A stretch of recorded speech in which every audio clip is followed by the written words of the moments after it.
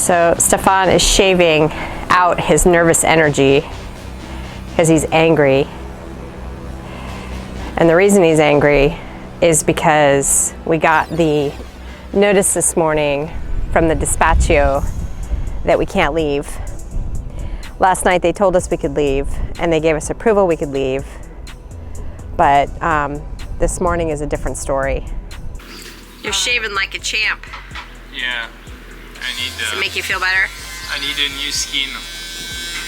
Here are the clouds in the area pointing towards where we're going. Yeah, never a dull moment.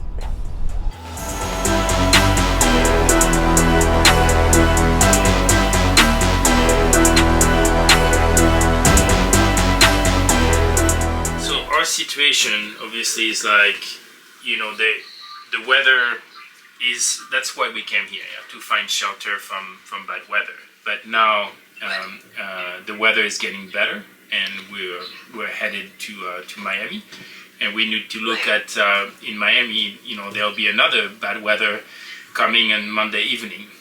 So if they control when we leave here and when there is no wind, we're sailboat. Well, there is no wind.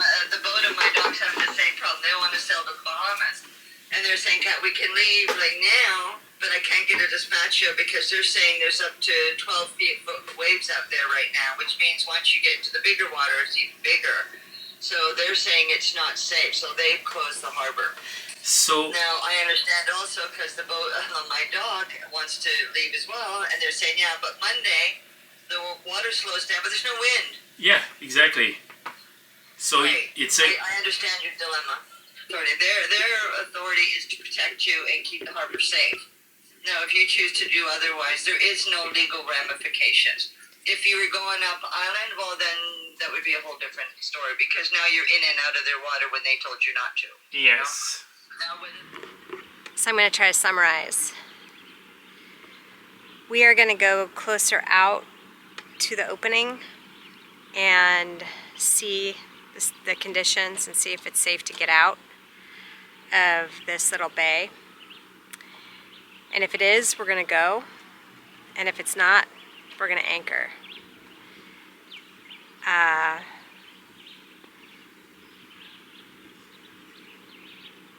We aren't sure if we have what we need to leave, other than the willingness to want to go. And that's all I'm going to say. Open the clutch. If I hold it, we'll open the clutch. Okay, I got it. Big wave. You've got seaweed. Big wave to our north a little bit. More knots.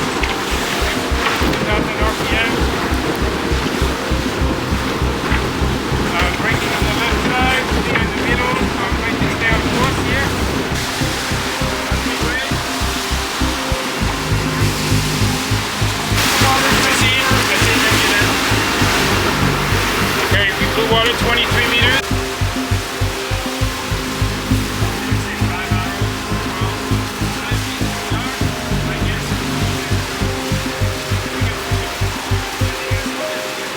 So the big issue is making it out of the channel, and now we're going, we're powering out away from the shore and trying to assess if the conditions that we're seeing are the same conditions that are reported on the navigation software. They appear to be so far. There's big waves, but they're far apart. So far so good, and nobody's chasing us, so that's good. I think the thing is there's no going back. We wouldn't be able to go back in safely. Coming out was sketchy, but going back in there would be little to no chance. So we're committed.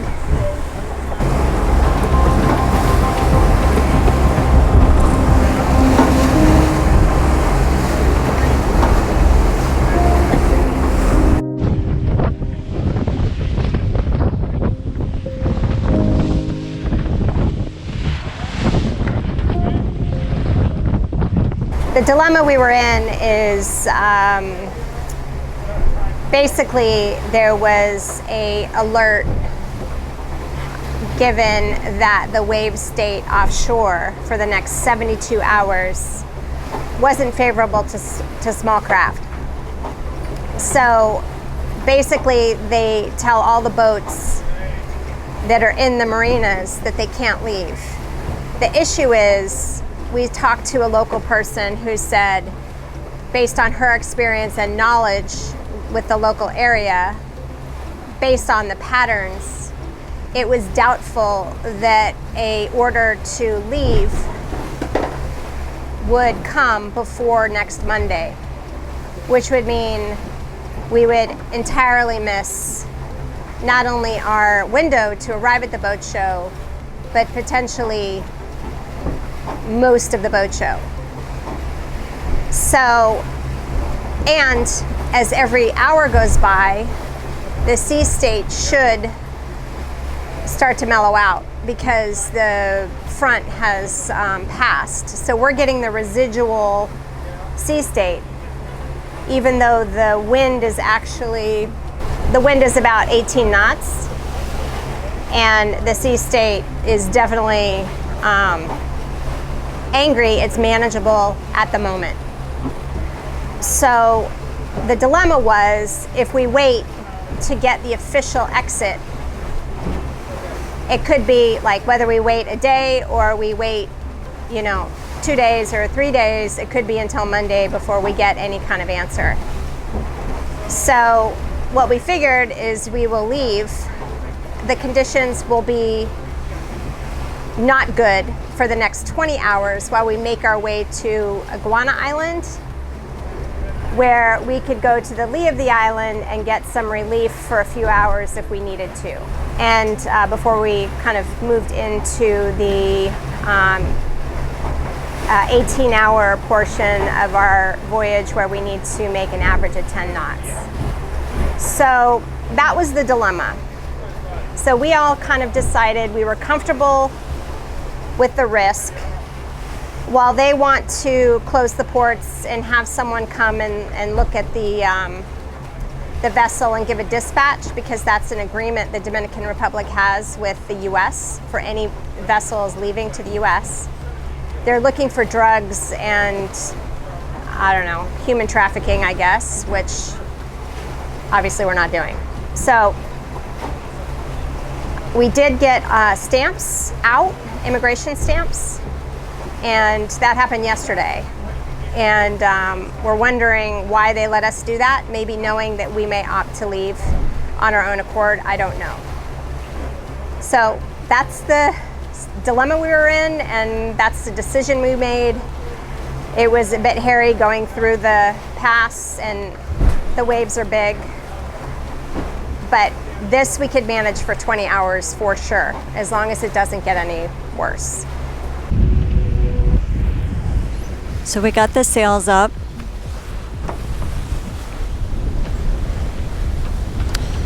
The wind is shifting, so we're not sure how long they'll be up. The sea is laid down quite a bit.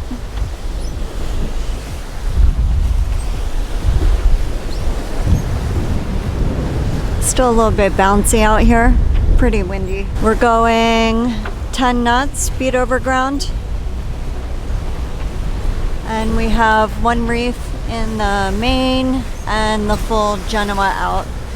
We also rigged the staysail. I think you can see it right there, just in case we needed it. So I'm pretty conflicted about what we did this morning. It's hard to feel good about it. In general, I'm a rule follower, and I don't like getting in trouble for stuff. And I certainly don't like breaking the rules like that. And I don't think it sets a good example. So I'm even conflicted with posting, whether we're going to post this video or not. And yeah, I don't know, I don't feel really proud about it, but I feel like given the conditions now that we're in, leaving was a good decision.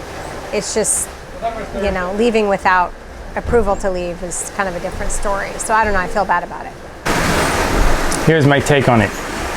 I wanted that piece of paper too, and I was hopeful that we could find an agreement based on the boat we have, based on the experience we have on board, based on the conditions, based on the fact that we've just crossed an ocean and this sea state is just like not to be concerned about at all.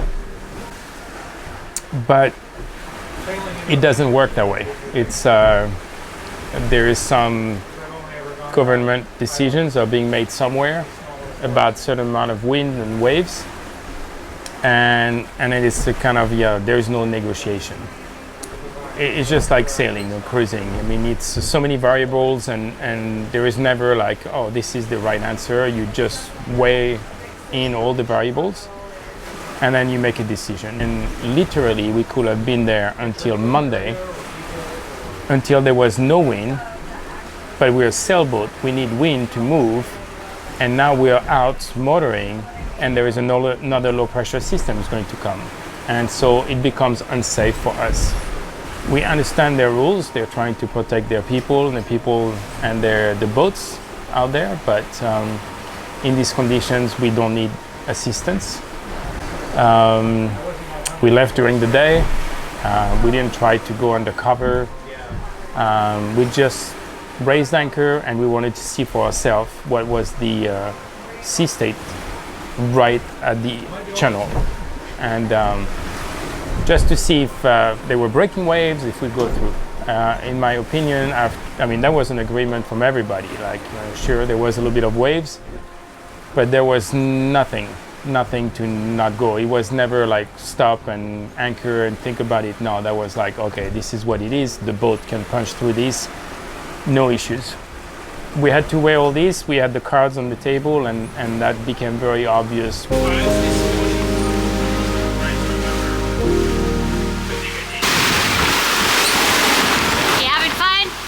Oh yeah. I can't really see your face, but you're smiling. Yeah, this is nice. Not nearly as rough as I thought it would be. Yeah.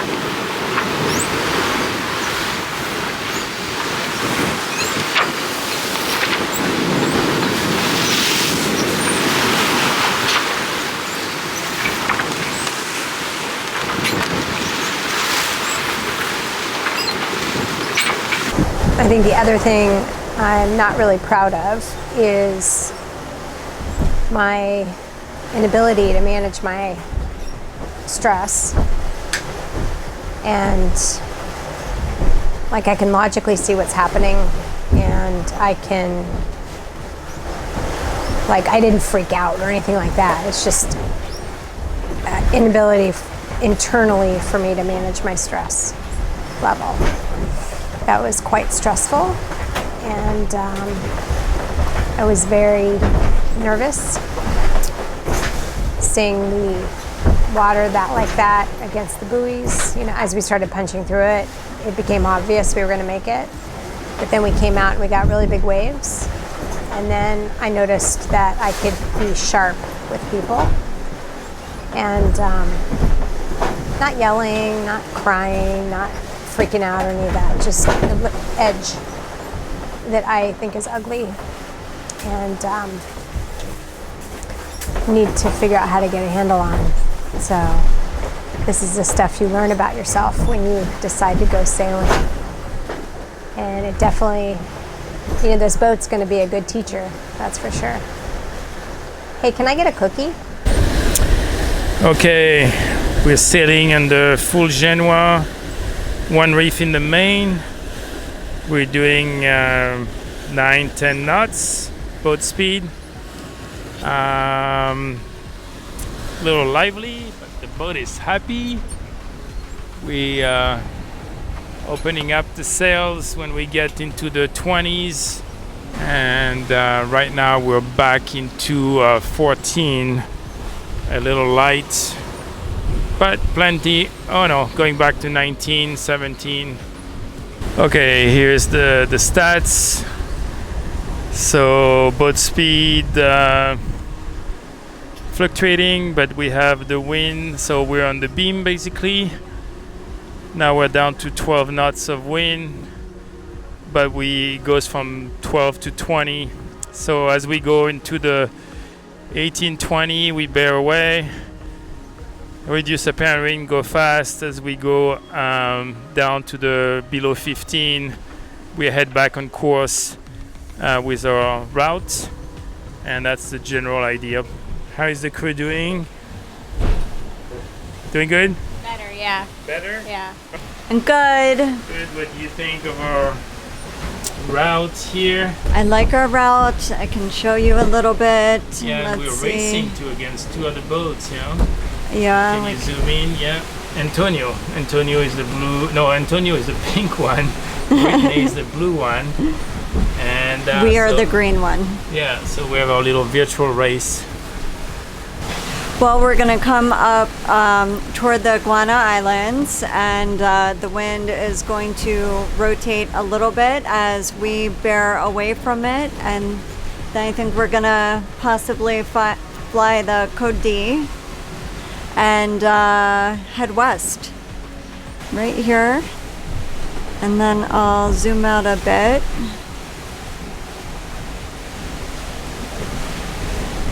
This is Puerto Rico here and the Bahamas here, so we're going to skirt this hurricane shoal right here and make our way to this palm tree here.